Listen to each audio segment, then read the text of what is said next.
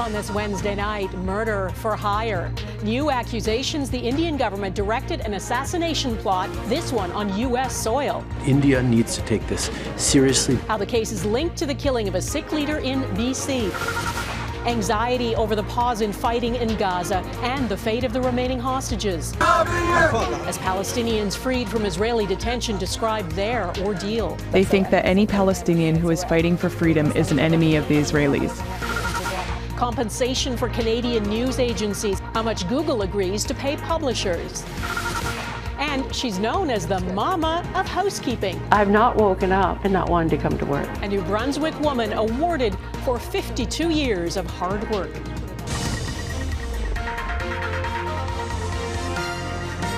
Global National with Donna Friesen. Good evening and thanks for joining us. We begin tonight with a murder for hire plot in the United States that has ties to the killing of a Sikh separatist leader in British Columbia. U.S. prosecutors allege an agent of the Indian government directed one of its citizens to hire a hitman to assassinate another Sikh man in New York City. That hitman turned out to be an undercover agent, and the man accused of hiring him, Nikhil Gupta, is now in jail in the Czech Republic pending extradition to the U.S. The indictment connects that case to the murder of Canadian Hardeep Singh Nijjar. He was shot and killed outside a Gurdwara in Surrey, BC in June. And Prime Minister Justin Trudeau publicly claimed the Indian government was involved in his death. India called that absurd. Now this U.S. indictment appears to confirm evidence of a global plot to silence and kill vocal critics of the Indian government. Jackson Proskow has our top story. Asking the Sikh Panth. The target of the alleged plot is believed to be Gurpatwant Singh Pannun, a Canadian-American dual citizen who India has designated a terrorist. The indictment alleges an Indian government employee ordered Pannun's assassination in New York, recruiting another Indian national, Nikhil Gupta, to hire a hitman. That hitman was an undercover officer. One day after the June murder of Sikh separatist leader Hardeep Singh Nijjar in British Columbia, Gupta allegedly told the hitman there was now no need to wait on the plot in New York, explaining that Nijjar was also the target and not to worry because we have so many targets. The indictment alleges there were 3 additional assassinations planned on Canadian soil. Moninder Singh says he, along with Nijjar and others, were warned by the RCMP last year their lives were at risk. If the U.S. does have information, I hope they're sharing it with Canada, and then our hope there would be is Canada is sharing it with the appropriate people that might be at risk here. The news coming out of the United States further underscores what we've been talking about from the very beginning, which is that India needs to take this seriously. The Indian government needs to work with us to ensure that we're getting to the bottom of this.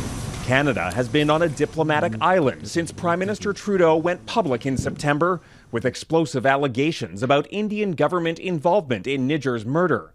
Both Trudeau and U.S. President Joe Biden privately raised concerns to Indian Prime Minister Narendra Modi at the G20. The U.S. and India have since held repeated high-level talks on the matter, while Canada has seen its diplomats expelled from India and visa services frozen for 2 months. Well, clearly we expect more cooperation on their part and more engagement on their part. India now claims to have launched an inquiry into the matter. In a statement, a senior Biden administration official said that the U.S. will continue to expect accountability from the government of India based on the results of their investigation. Donna? Jackson Proskow in Washington, thanks. In Gaza, there is no confirmation the 6-day pause in fighting will be extended any further. It is set to expire within hours, and with it, the deal to release more hostages held by Hamas. Today, 2 dual-citizen Russian Israelis were freed, followed late tonight by 10 Israelis and 4 Thai citizens. And in exchange, 30 Palestinian detainees are expected to be freed in the West Bank. What happens next, though, is unclear. Negotiations are overshadowed by claims from Hamas that the youngest hostage, 10-month-old Kafir Bibas, along with his 4-year-old brother Ariel and their mother, were all killed in an Israeli airstrike. Israel's military says it's working to confirm that. The U.S. Secretary of State is about to make his 4th visit to the region since the war began and says he will work on extending the pause in fighting and on a long-term plan for peace. Redmond Shannon reports. The 6th transfer of hostages on day 6 of the pause. Russian citizens, mother and daughter Irina Tati and Yelena Tupanov, released first. Hamas says as a tribute to Vladimir Putin for his support. The release of 10 more Israelis and 4 Thai citizens coming later in the night, allowing for the next 30 Palestinian prisoners to go free too. The stalled swap intertwined with the uncertainty over the truce. Intense negotiations are taking place to prolong the truce, which we strongly welcome. But we believe we need a true humanitarian ceasefire. Qatar, Egypt and the US have been involved in talks to extend the pause in fighting for a second time. It means that more hostages would be coming home, more assistance would be getting in. So clearly, that's something we want, and I believe it's also something that Israel wants. Israeli leader Benjamin Netanyahu continues to insist his forces will return to fighting in Gaza without explicitly saying when. With time running out for an extension of the ceasefire, the Times of Israel is reporting that a senior Hamas official says there is still no deal and that Hamas does not find Israel's offer worth considering. The World Health Organization says the 6-day pause in fighting has helped it transfer patients and deliver medical supplies. But it says much more help is needed in Gaza to deal with the humanitarian crisis. Donna? All right, Redmond Shannon in London, thank you.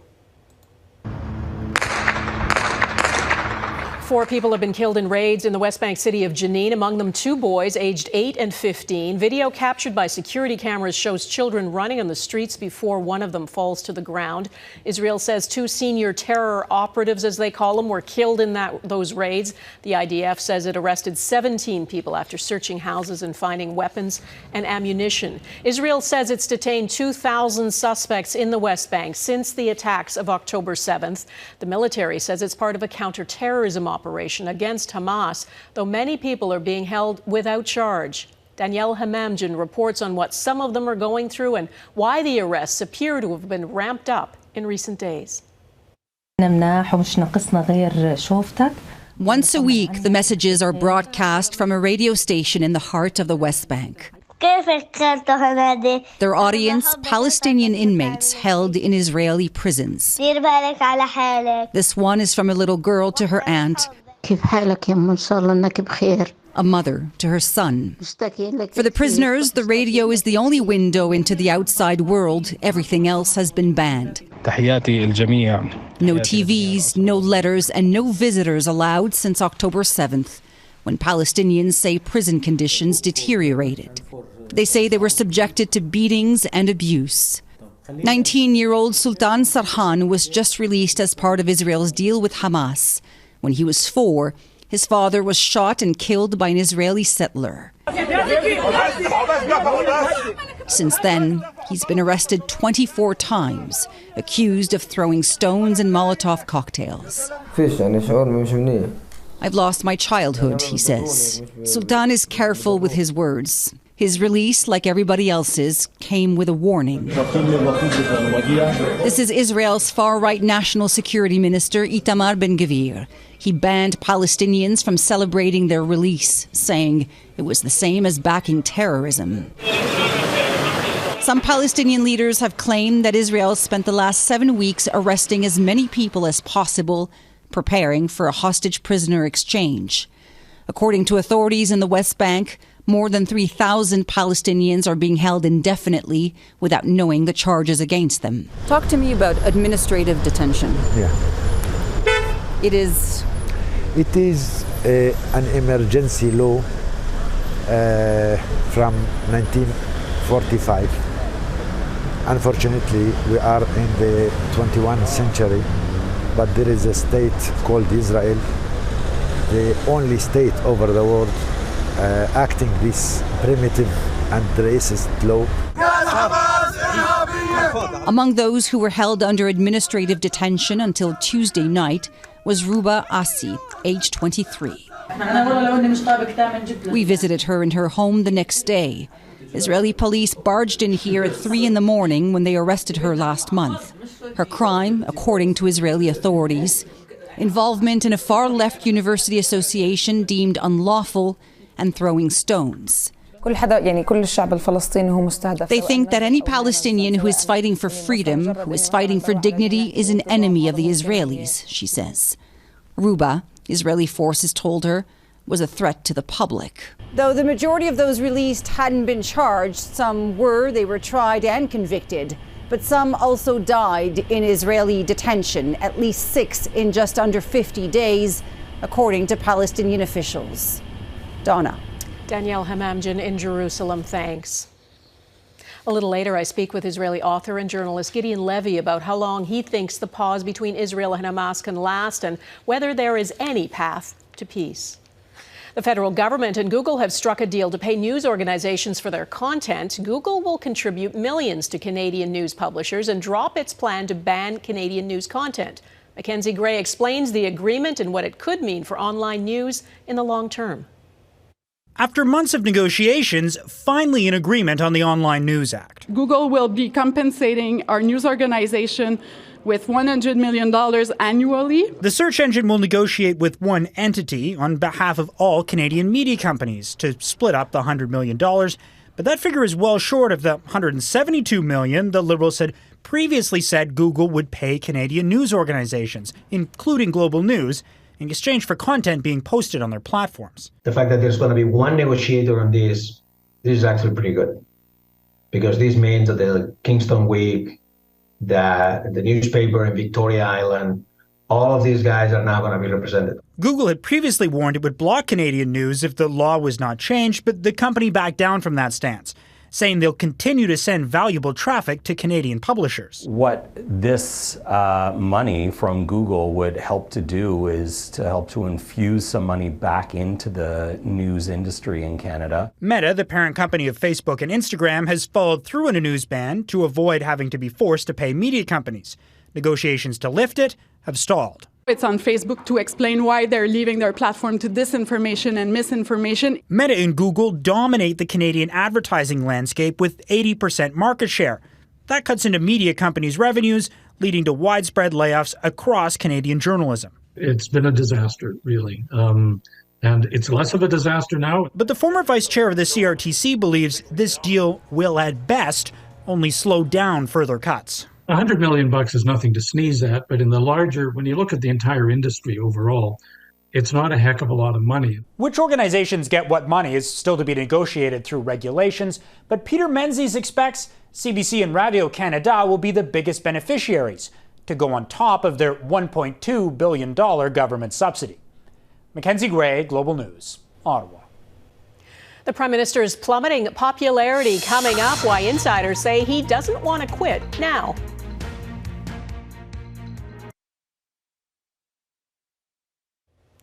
There is a new snapshot of how voters are feeling about federal politics these days. An Ipsos poll done for Global News shows the Conservatives lead the Liberals by 16 points. If a federal election were held today, 40% of those polled said they would vote Conservative, 24% Liberal, 21% NDP. Those numbers would point to a Conservative majority. David Aiken digs a little deeper into the numbers. When the Liberals vaulted from third to first in the 2015 election, it was all because of Justin Trudeau, a leader that Canadians were excited about after nearly 9 years of Stephen Harper. But after 8 years of Justin Trudeau, there's no excitement left, and Liberal numbers are plummeting. Justin Trudeau, for the very longest time, made them strong. He lifted up everybody. But now he's actually sinking everybody. 72% of respondents said Trudeau should step down now. Even among those who are Liberal supporters, 33% think Trudeau should go. I've never seen a number that high for a prime minister, probably since Brian Mulroney back in 91, 92. And that's what this really reminds me of. The Right Honourable Prime Minister. Trudeau himself knows these numbers do not look good, but Global News can report Trudeau has told close associates he would not be true to himself if he quit as leader, that he's looking forward to taking on Pierre Poilievre in the next election.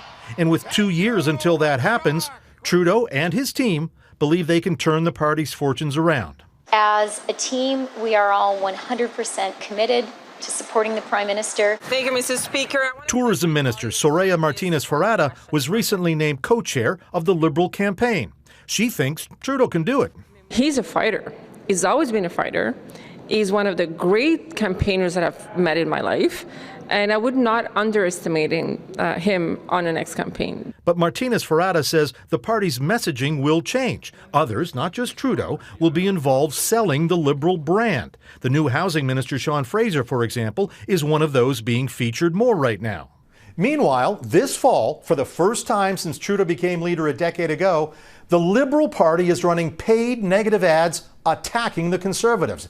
That is a clear recognition by the party that even as they try to pull their own numbers up by featuring less Trudeau, they have to pull down the Conservative numbers by focusing more on Poilievre. Donna? All right, David Aiken in Ottawa, thanks. Israel's endgame ahead. Can it save all the hostages and eliminate Hamas?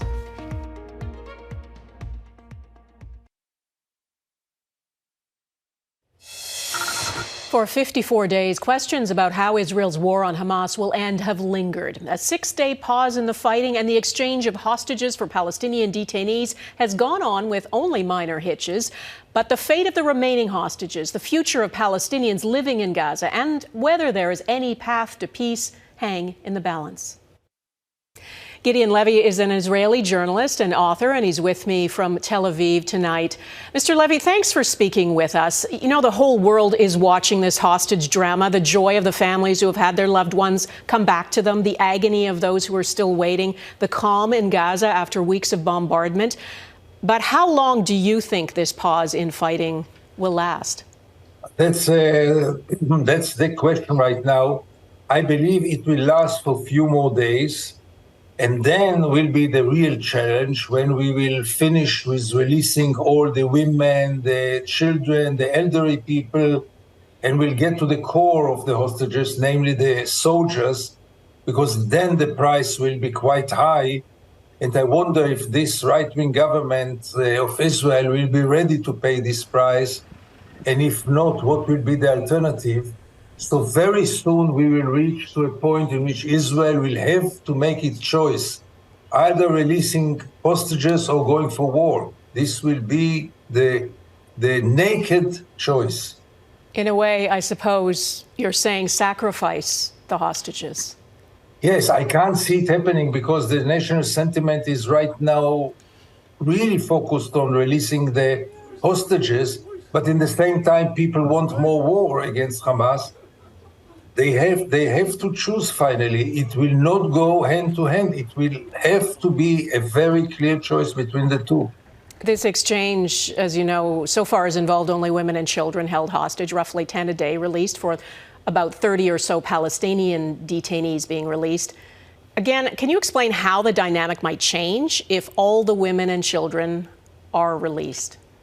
Yeah, then we come to the formula that Hamas suggested, and there will be no other formula, everyone for everyone, namely all the rest of the hostages for all the thousands of Palestinian prisoners in Israel's jails. The question is if Israel will be ready to do so. Without it, there will be no release. I mean, they might find some kind of interim stages, but finally, it will be about this, and that's really a radical question. You know, President Biden warned Israel at the start of all this not to be consumed by rage and risk repeating America's mistakes after 9/11. Do you think there is an end game towards peace being worked on right now? There might be an end game in the White House, but there is no end game right now in Jerusalem or, for the sake, in Gaza or in Ramallah. There are no partners for any peace process right now. There is no visible plan. And I am afraid that although talkings are just lip service, but nothing more than this, you cannot have a peace process with those actors and with those plans. I mean, with whom? With Hamas? With the Palestinian Authority, which is totally paralyzed? With the most right-wing nationalistic government that Israel have ever had? With whom exactly? All right, Israeli journalist and author Gideon Levy in Tel Aviv. Thank you. Thank you for having me. Next, decades of hard work recognized. The award for this hotel housekeeper.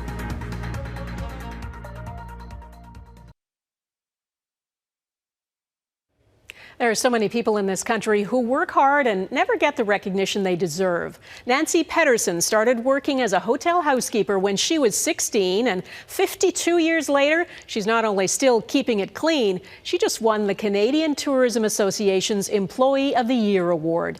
Shelley Steeves has her story. It's a familiar sound that's been echoing through the halls of this New Brunswick hotel for more than half a century. Housekeeping. The knock of a humble yet meticulous woman. Can we just fix the bed? With big standards and an even bigger heart.